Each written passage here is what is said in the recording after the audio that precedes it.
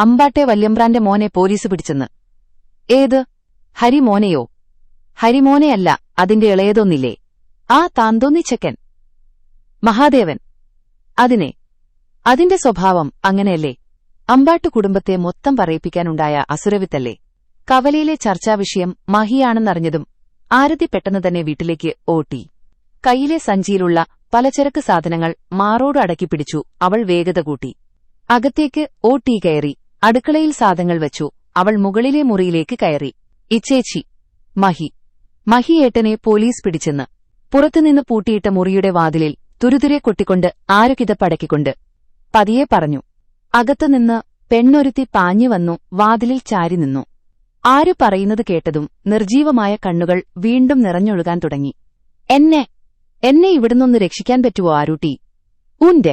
ഇന്റെ മഹിയേട്ടനെ കാണാൻ തോന്നുന്നടി നിക്ക്. ഇല്ലെങ്കിൽ നിന്റെ ഇച്ചേച്ചി മരിച്ചു പോവണ്ടി. വാക്കുകൾ മുറിഞ്ഞുപോയിരുന്നു. പതിയെ പതിയെ അത് ഒരു പൊട്ടിക്കരച്ചിലായി മാറി. വാതിലിന് ചാരി നിലത്തേക്ക് ഊർന്നിറങ്ങി. കാൽമുട്ടിൽ മുഖമൊളിപ്പിച്ചു വച്ചവൾ തേങ്ങിക്കരഞ്ഞു. കോളേജിൽ പോകുമ്പോഴാണ് വഴിയരികിലെ കലുങ്കിലിരുന്നു നാട്ടിലെ തെമ്മാടി ചെക്കന്മാരോടൊപ്പം കള്ളുകുടിയും പുകവലിയുമായി അർമാദിക്കുന്ന അമ്പാട്ടെ കൊച്ചുതമ്പ്രാൻ ആയ മഹാദേവനെ കാണുന്നത്. ആദ്യമൊക്കെ എല്ലാവരെയും പോലെ അറപ്പോടെ നോക്കിയിരുന്നുള്ളൂ. കോളേജിൽ പോകുമ്പോൾ മിക്ക പെൺപിള്ളേരെയും ചൂളമടിച്ചും സൈറ്റടിച്ചും കാണിക്കാൻ ആ ചെക്കന്മാരുടെ കൂടെ അവനുമുണ്ടാകും. നാട്ടുകാർ താന്തോന്നി എന്ന് ഓമനപ്പേരിട്ട് വിളിക്കുന്നവൻ.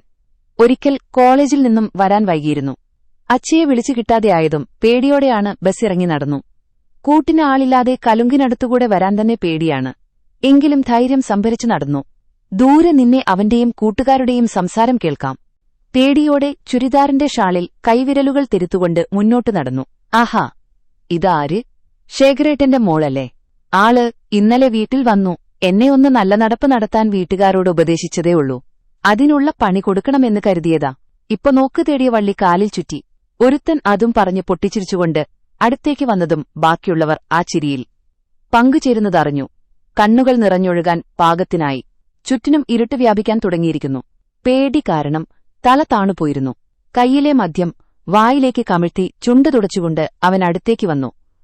കഥയുടെ ബാക്കി അക്ഷരതാളുകൾ ആപ്പിൽ ലഭ്യമാണ്.